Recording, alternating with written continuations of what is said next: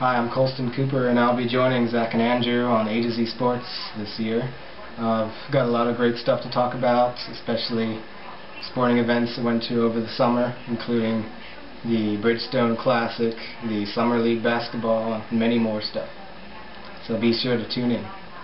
A to Z Sports on every Monday, Tuesday, or Wednesday. We don't know yet, but we'll be sure to let you know as soon as we do. For Andrew, this is Zach and Colston signing off for now. Hey everyone, welcome to A to Z Sports. Andrew Goldstein with you along with Zach Weiss, and behind the camera as always Colston Cooper. We're excited to get another year started here on A to Z Sports. This is our third year doing A to Z Sports, and it's sure to be another great year behind the microphone. Absolutely, we're very excited to be coming back to you, and this is a little preview episode of what to expect for the actual A to Z Sports once the fall starts. So definitely something to look forward to, and this will give you just a little taste of what to expect moving forward. Well, I'm going to start with my opening word, if we can jump right into that. And I think I'm going to talk about the Steelers lockout situation, or not lockout, but holdout in Mike Wallace. Mike Wallace has held out the entire Steelers preseason training camp. He's expected to come in this weekend after the Steelers preseason game at the Buffalo Bills on Saturday night. Mike Wallace is a very important part of the Steelers offense this year. He's going to be crucial in having the Steelers have a big play ability.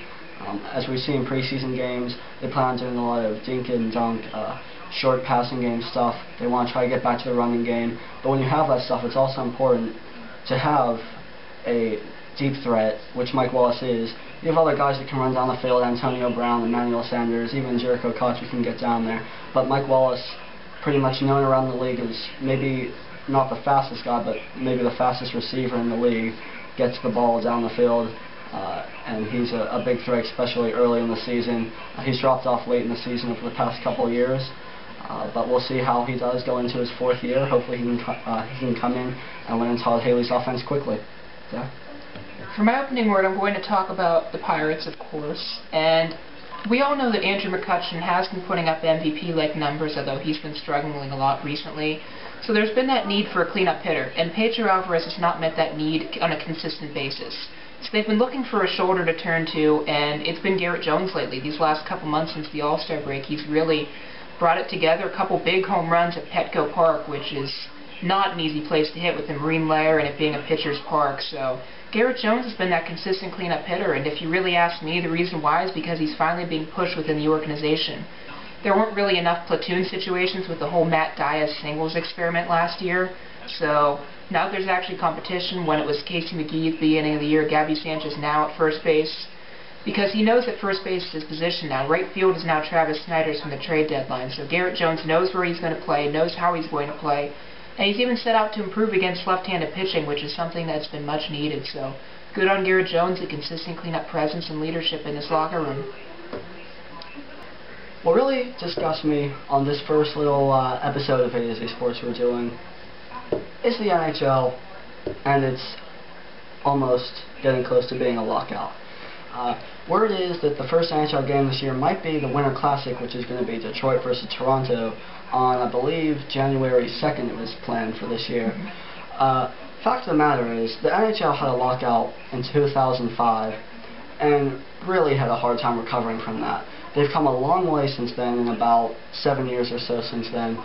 Sidney Crosby, Alex Ovechkin, all those people are becoming more common household names than you would normally have in the NHL. And they're still playing, they're still superstars. You have other guys coming up now. You have guys like Steven Stamkos that are becoming more well-known. And of course, the NHL level of hockey, anyone can win on any given night. Really, there are really good teams and really bad teams, but basically the parity is there. We saw it this year, an 8th seed, the Los Angeles Kings, win the Stanley Cup, beat the 1, 2, and 3 seed in the West. And basically, if the NHL goes on a holdout, who knows what could happen. They could lose that. They could lose a lot of the wishy-washy fans they have. People are going to lose interest unless they see games on the ice and things happening, and unfortunately, that's the way it looks right now. I'm sorry to say it, but I hope they get back soon on that. But right now, NHL, you disgust me. Sorry? Absolutely. NHL is a very, very touchy situation right now. It's looking less and less likely that they're going to have a season right now, and obviously there's tons of Penguins fans in the city, and it'd be a true shame for the Penguins fans to miss out on hockey. So hopefully those two sides do put things together. I'm going to talk about another Pittsburgh team, and I'll go with the Panthers this time since I'll start covering their games starting with next Saturday's opener. And under head coach Paul Chryst, it's really uncertain what to expect. Obviously, I don't think George Bush, Scooby-Doo, or Todd Graham are actually, I think they're the same person right now. Actually, that ship sailed, and what's done is done, and although it was very controversial what he did, Paul Chryst brings a lot of credibility to the program, and obviously he has a big track record with running backs and Monty Ball and all kinds of things within the Wisconsin Badgers football team. And if Ray Graham's healthy, he could very well be that guy as well. But you also see a running back in Russell Shell that stuck to his commitment even after Todd Graham's unexpected ouster. And I really think that Ray Graham, if healthy, could have a really good season. And you also look at the quarterback situation, which will also be a touchy-feely subject, with fifth-year quarterback Tino Sunseri, who's been granted an extra year with the whole redshirt situation. So, is he ready? Is he not ready? Tons of questions for him to answer. And the wide receiver position also is another position that's important offensively. Devin Street is expected to lead those guys offensively. Cam Sadler also will have a big year, I believe. But defense is what wins championships, and Panthers will.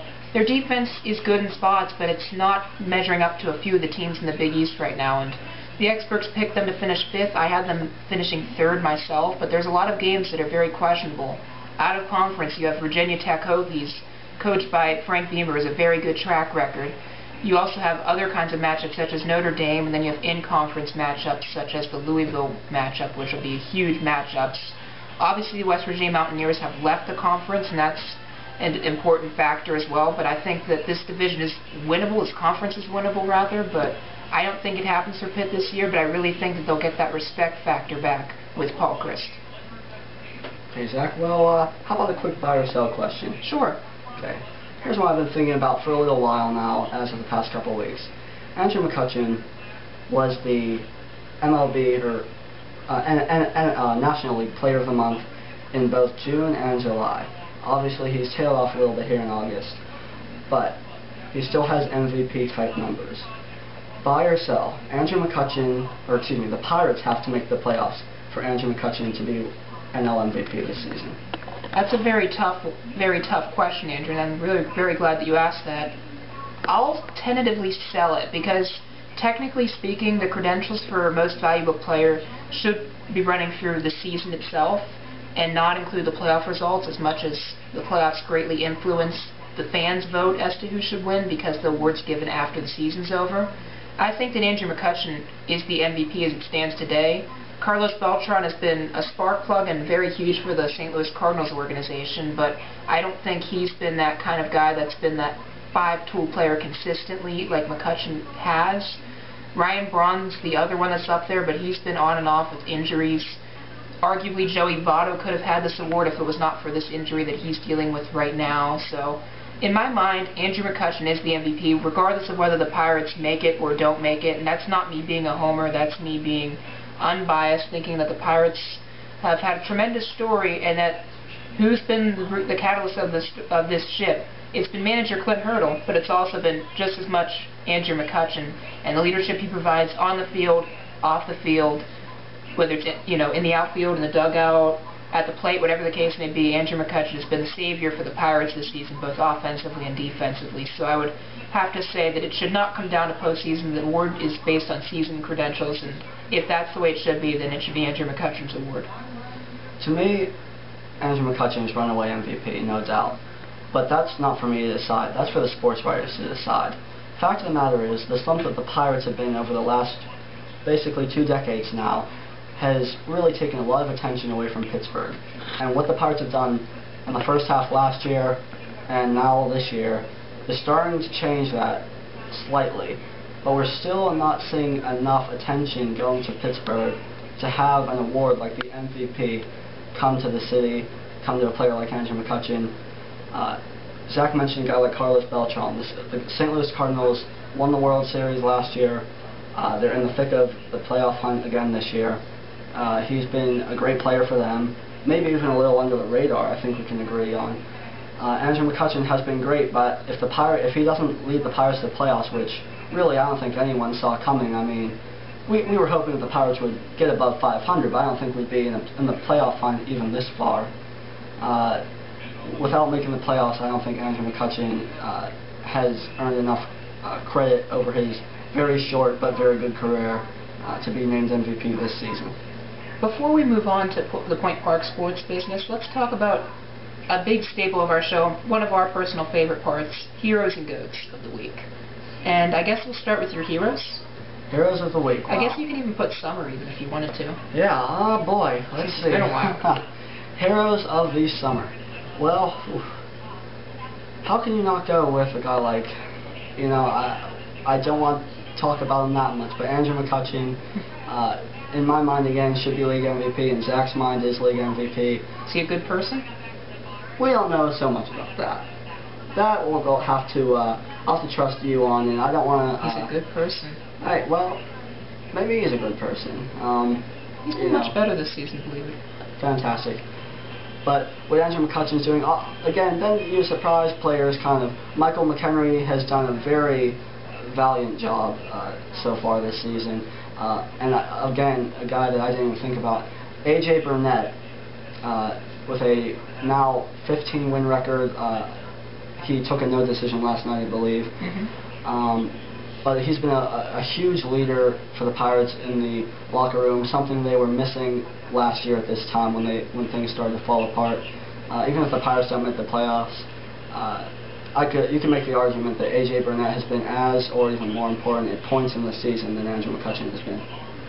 Heroes, I'm going to start with something in the tennis world with Roger Federer for the Wimbledon title that he had. Just a great battle with Andy Murray, who would trump him in the Olympics for the equalizer there. But Federer continues to prove that age, you know, doesn't. While he is closer to the twilight in his career, he's still very much a factor. And with Rafael Nadal now injured, he has a chance to win the U.S. Open against Novak Djokovic, who's not necessarily had the lights-out season he had last season. And Andy Murray now has the confidence, but has done nothing since the Olympics. So Federer's been all class. He's not really done anything wrong. He's just been that model citizen athlete, and I hope we're not talking about how he's not a model citizen athlete in 2 years from now or something like that, or creating a website or anything like that. That could get somebody banned from baseball or something like that. But speaking of Goats of the Week. Speaking of Goats of the Week, maybe. But Federer's been solid all of his career, and he got another Grand Slam tournament. Good for him. And I'll give... You know what, I'll give a hero to just Point Park Sports in general. Has just had just a great year last year, and fantastic year, and in a new conference there's a lot of positivity from all circles, all teams I've seen, so really looking forward to a great Point Park, not just fall sports season, but just year in general. Exactly. Just go to Goats now. Go to the summer. Well, I have to give one big goat this summer, and we were talking about it a little bit earlier. I have to give my goat to ESPN, and in particular SportsCenter, for being what people are now dubbing Tebow Center. Tim Tebow, okay, he beat the Steelers in the playoffs last year. He had a fantastic game, no doubt about that. He went out there and did his job. But other than that one game in his career, and he has won others, he's had a lot of fourth quarter overtime comebacks. What has he done in his career to deserve things that he's been getting, the coverage he's been getting, the daily coverage from Jets camp? You know, no one, I mean, I'm talking about people, and I can only speak for people in Pittsburgh, and the feeling I get is that people here just don't care about what's going on between Mark Sanchez and Tim Tebow. So if people here don't care, maybe people in New York care, but I'm guessing people in Miami don't care, I'm guessing people in Seattle don't care, I'm guessing people in Chicago don't care. So you have one city that you're talking about here. There's 32 teams. It's getting a little ridiculous with the Tim Tebow talk, and with the Jets talk overall, it's annoying enough. You have Mark Sanchez, Rex Ryan won't shut his mouth, you have Santonio Holmes doing dumb things as usual. But this Tim Tebow talk, it just has to stop. It's getting out of control, and they're getting to the point now where they realize they're talking about him a lot, and so they're making fun of themselves for talking about him while talking about him, and it's getting to the point where it's absolutely absurd. And Zach, you were talking a little earlier. You mentioned it was Tim Tebow's birthday the other day. Last Tuesday's 25th. Tim Tebow happens to share a birthday with NBA Hall of Famer Magic Johnson, and they completely, passed over Magic Johnson and talked about Tim Tebow pretty much the entire day. So again, that was just ridiculous as well.